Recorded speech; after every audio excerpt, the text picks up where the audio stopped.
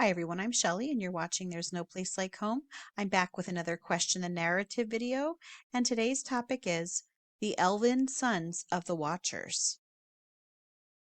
I got this video idea from the book The Genesis 6 Conspiracy Part 2 by Gary Wayne, and I just made another video on this the other day too. I've been reading through this book very slowly because both the first book and this book, they're so packed with information that if you read them too quickly, you're going to miss so much. So I've been highlighting things and taking notes in it. And, I have to say, this is called How Understanding Prehistory and Giants Helps Define End Time Prophecy. I am like way at the other end of end time prophecy from Gary Wayne. So I don't really agree with his take on a lot of things when it comes to his conclusions, but his research into the Nephilim and the Watchers is just impeccable. And so that's why I have been enjoying these books so much. A lot of you are probably thinking that I misspelled Elvin in the title, but I actually did not. That is the way that Elvin is spelled in the book. And if you look up Elvin with this spelling, because typically you will see it Elven, but it says Elvin is a name of English origin that means elf friend or noble friend. It is derived from the Old English elements elf, meaning elf, and wine, meaning friend, and carries connotations of companionship and loyalty.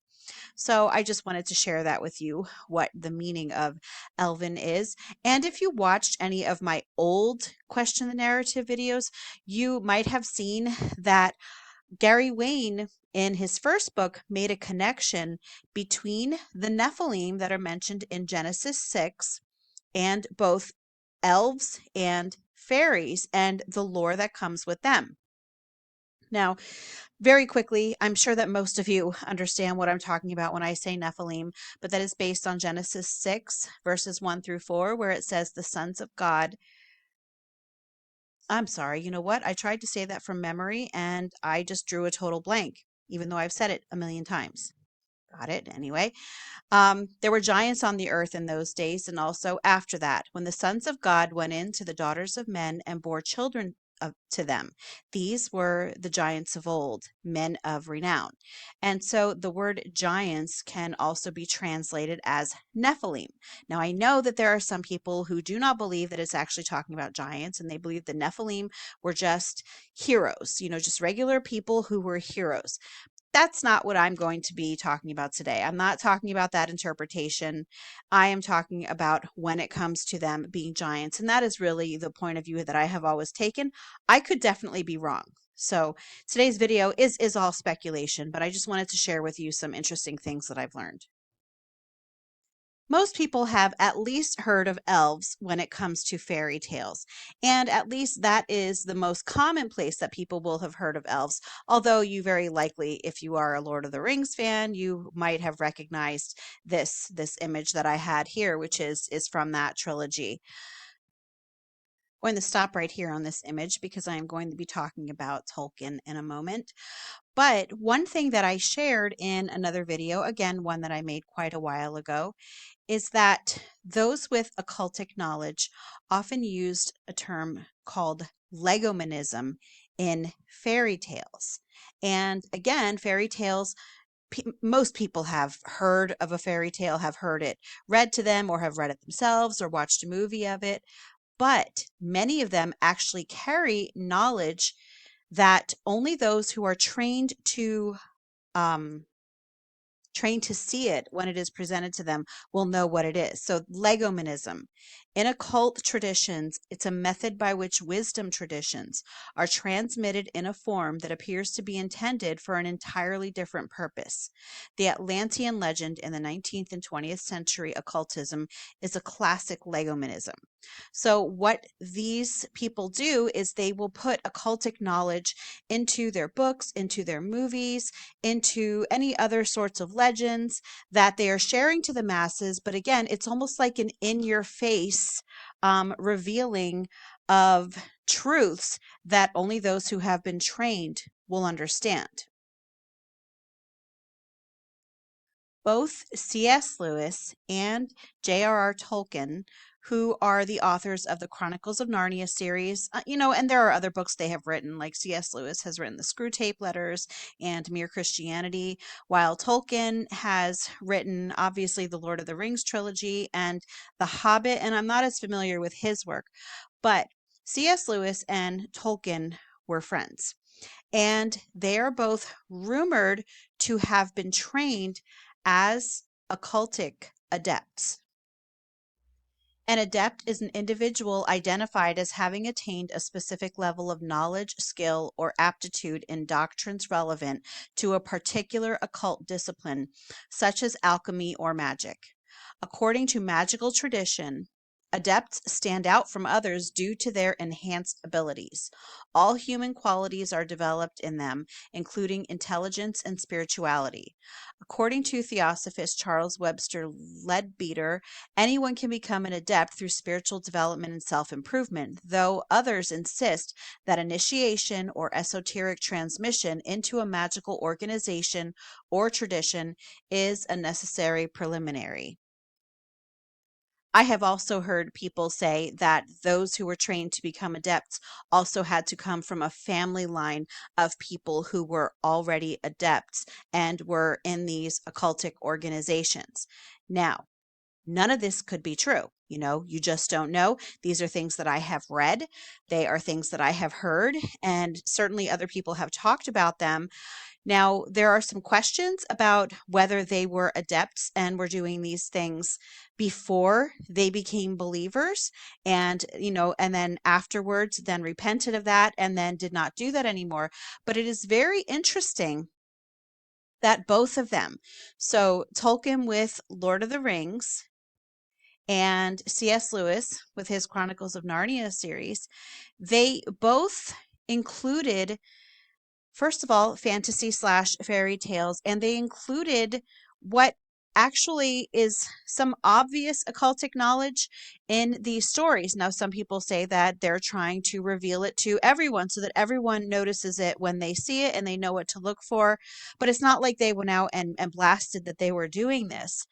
But it is very interesting that they are both rumored to have been adepts and that they are both they both put in past tense material out there that certainly would have been prime a prime territory for legomanism, for transmitting these occultic traditions to those who knew what to look for.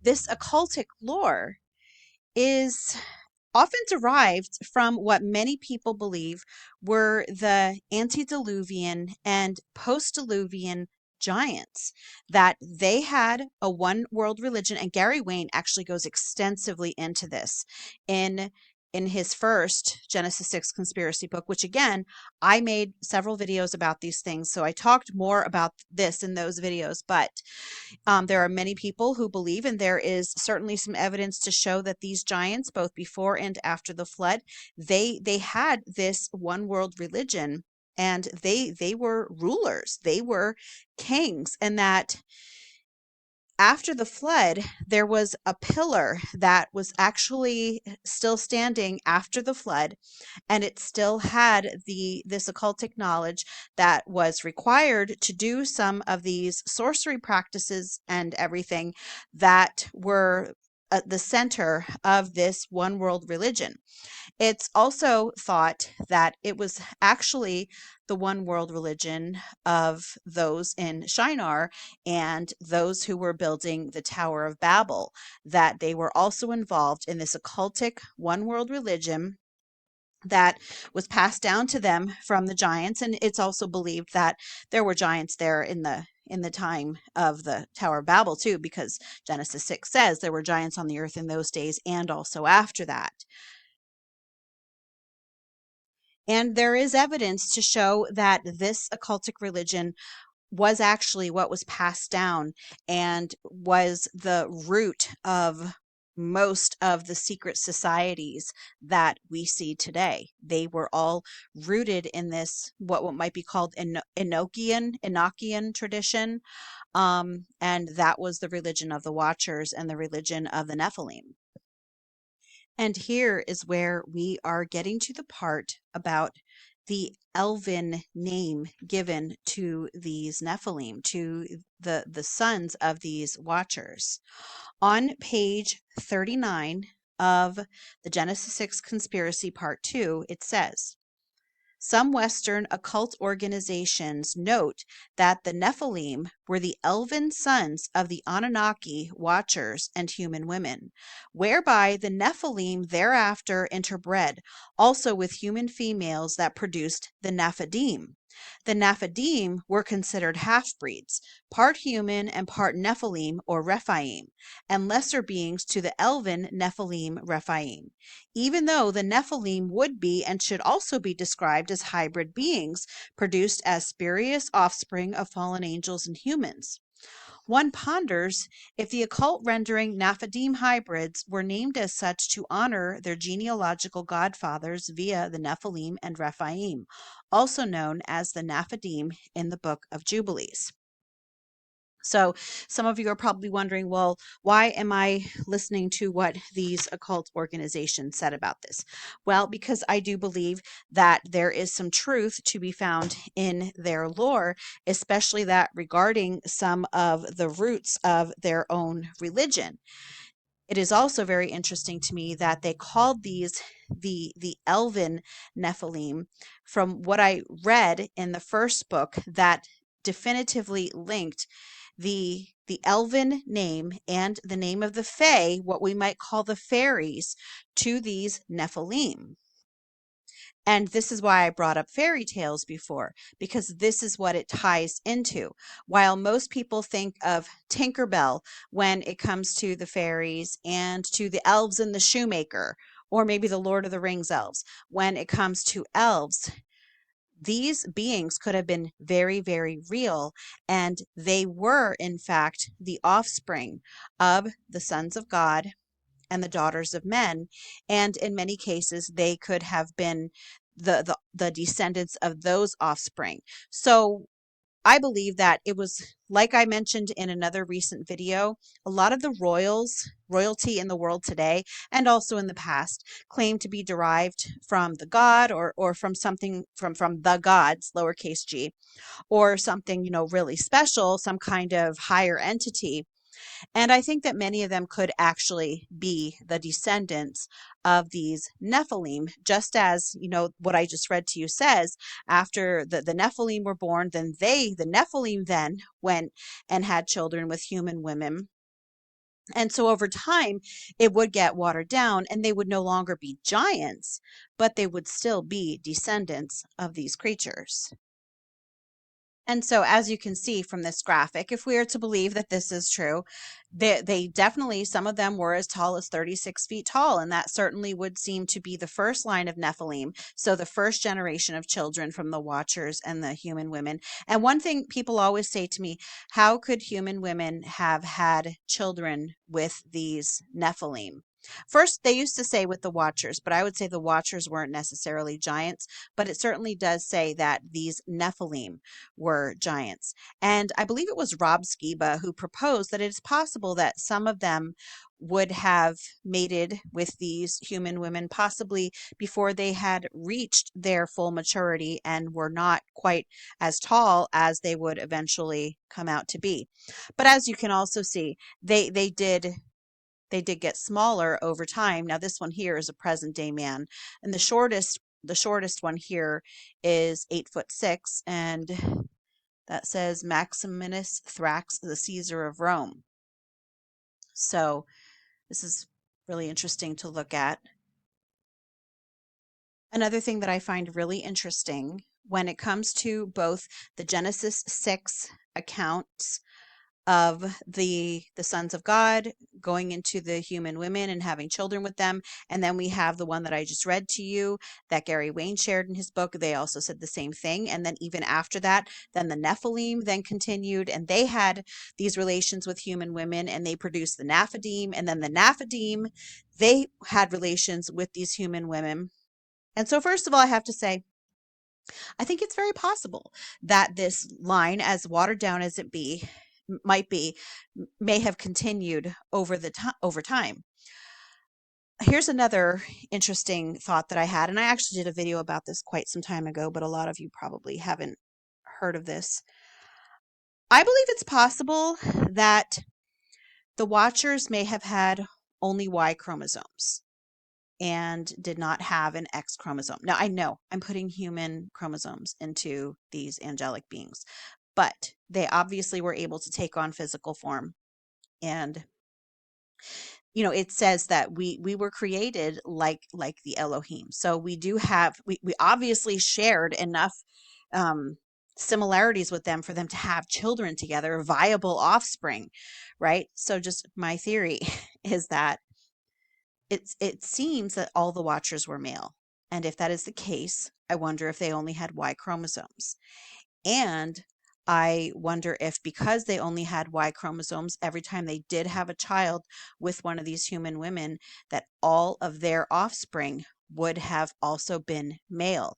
Because every time this this Watcher or this Nephilim would have only had a Y to pass on. Although that's not really the case when it comes to the Nephilim, because they would then have had the X.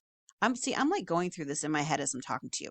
So the Nephilim themselves, they could have possibly had an X passed on them, right? But no, because of the Y, I'm confusing myself.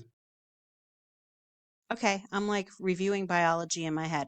So yeah, so the Nephilim, since they would have had an X from their mother and a Y from the father, they would have then been able to pass on an X. So the Nephilim would have been able to have female offspring, whereas I believe the Watchers would have only been able to have male offspring. So the first generation of the Nephilim, I believe, may have been all males. That is my theory. I certainly don't have any evidence to say it. That's just me speculating. But anyway, now there is such a thing as female goddesses in a lot of mythologies, and most of you, I hope, realize that these gods and goddesses are exactly what they're talking about when it comes to the Nephilim, these demigods. That is what these Nephilim are, or these Elven Nephilim. And I believe that some of the Watchers may have also been revered as gods as well. But yeah, there are female goddesses or demigods. Now, here's another really interesting thing. So I like to read. If you watch my channel a lot, you probably realize that. I'm trying to find where this is at. I've been reading a book by Brian Godawa. I cannot find it. Okay, it's called Noah Primeval, Chronicles of the Nephilim, and then Enoch Primordial, prequel, Chronicles of the Nephilim, the Lost Book 2. There's a whole series. And I'm still actually reading Noah Primeval, and I haven't read it for several months, honestly, because I get in the mood to read only nonfiction, and then sometimes fiction I'm not so into. So this was a really good book and I was reading it, but then I just went on my nonfiction kick. But one really interesting thing that Brian Godawa, who has a lot of information on Nephilim, a lot of it is nonfiction. So I recommend that you check him out too. He has a website also. But in this book, this fiction book, he has these gods, these lowercase g gods. They were all male, yet some of those that were in the upper echelon, so higher up, on the chain of command, that forced some of these lowercase g gods to take on female personalities or persona, like to present themselves as female so that they would look like goddesses to the people that they were ruling. Because remember, also in the Old Testament, God handed over 70 of the nations to lowercase g gods. And that's what this book is talking about. But that's how that's explained there, is that they were forced to change form into these female because they had the ability to do that.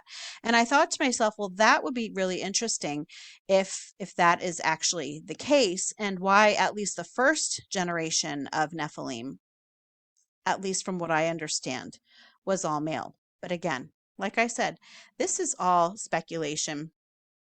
This is just a fun video. You're probably wondering, why does she have a picture of Bigfoot? Well, I'll tell you why. And this has nothing to do with the Elven aspect of it, but I did find it in the same chapter, and I thought that I would share this with those of you who are also Bigfoot enthusiasts, because there's also the idea that Bigfoot may actually be a Nephilim as well.